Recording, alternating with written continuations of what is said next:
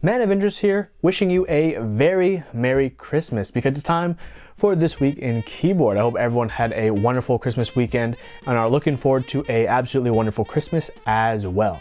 And if you're getting into the Christmas spirit, why not check out the sponsor for this episode, Cononut Store, where you can check out a belated present for the keyboard enthusiast in your heart. And this present I'm talking about, of course, is the Infinity Ergodox. It's back with both LCD screens, fully open source software, and now with USB-C connectors because USB-C is the future. You can grab this keyboard as a kit or assembled keyboard at the link down below in the description.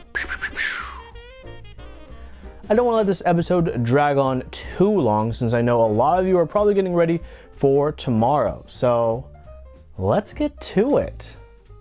First off for This Week in Keyboards is a little bit of key set news. We have the ever so wonderful news that Zamomon has made an official announcement for GMK Hamon with some great details. So get your wallets ready because now something's gonna be happening a little soon, if you know what I'm saying. January 6th, that's the cutoff date for any possible suggestions you may have about the set before everything is locked down and the kits are finalized. Some cool bits of info though, probably the coolest one. Zamomon is aiming for the GMK Hamon base set to go for $100 or lower. That's a challenge, but an absolutely amazing one. I really hope he can meet that goal because that'd be amazing on everyone's wallets, especially with the beating that we're all taking this holiday season. With that in mind, due to the amount of novelties, they're going to be split up possibly into 3 or 4 smaller kits so people can pick or choose the inexpensive kits they'd prefer, like the 25 key Enye kit that I'm going to be definitely getting into.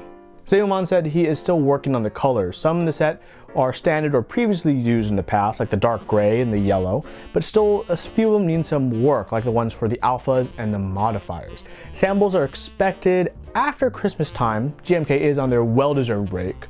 I do trust Zamomon and GMK to get it right like they did with Serica. Finally, he has announced there's going to be collabs in the works.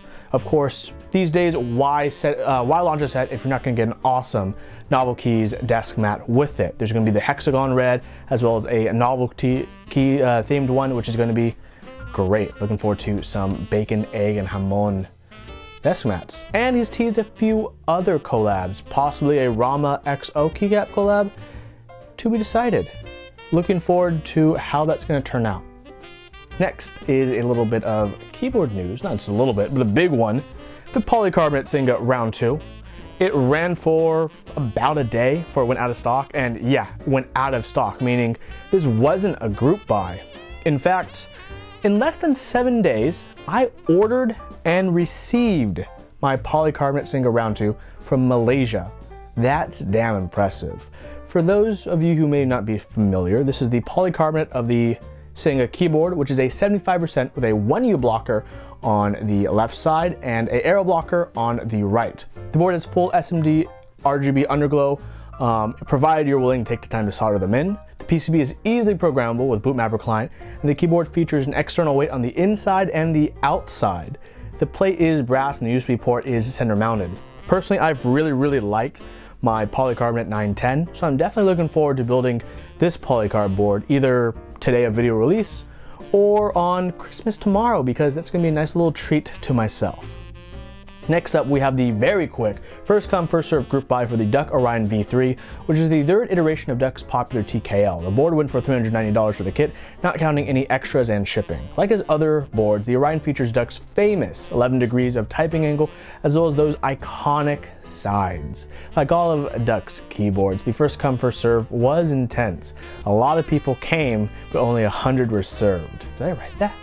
The board was only available in black or silver with WinKey or WinKeyless layouts as the option. The keyboard is fully programmable and I truly think it's quite handsome. 100 people just treated themselves quite nicely for Christmas. Hallelujah. Moving forward is the Fiel Classic Round 3, which was just announced by Leandrin of Mechanisk. The changes from Round 2 include reduced price, reduced shipping cost, faster fulfillment time, better QC, and the same great packaging.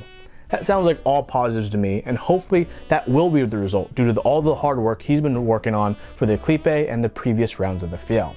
The Fiel is a 60% tray-mounted keyboard that features a brass insert, and overall, it's a pretty hefty case for 60%, which is very, very well appreciated. With only 50 units, an improvement in price and shipping costs, I think these are gonna go pretty quickly and they're gonna probably sell out real fast.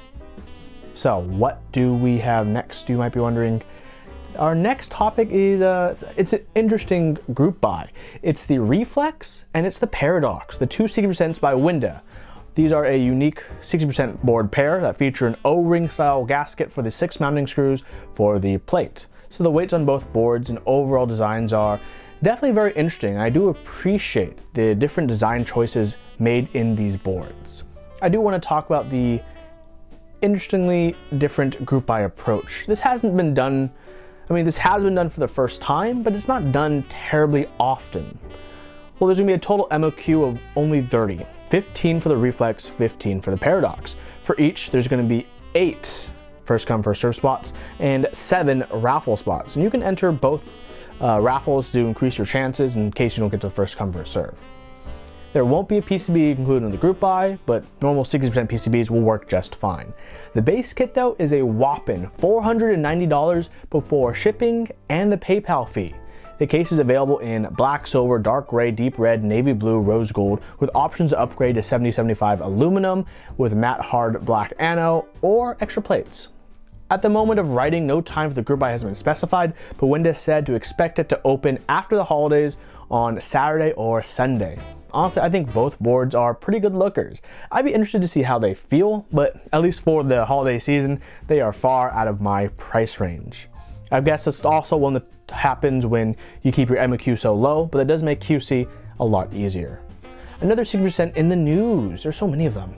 The Foxlab Leaf 60. This board is essentially the 60% of the Leaf 80, which has just been shipping out. This 60% will be trying out a new plate mounting method for Fox Labs. They plan on using 4 rubber strips as gaskets on the north and south side of the plate where it would screw into the case. I think this is going to be a very interesting approach, and I'm really interested to see the full application. There's going to be plenty of colors and finishes.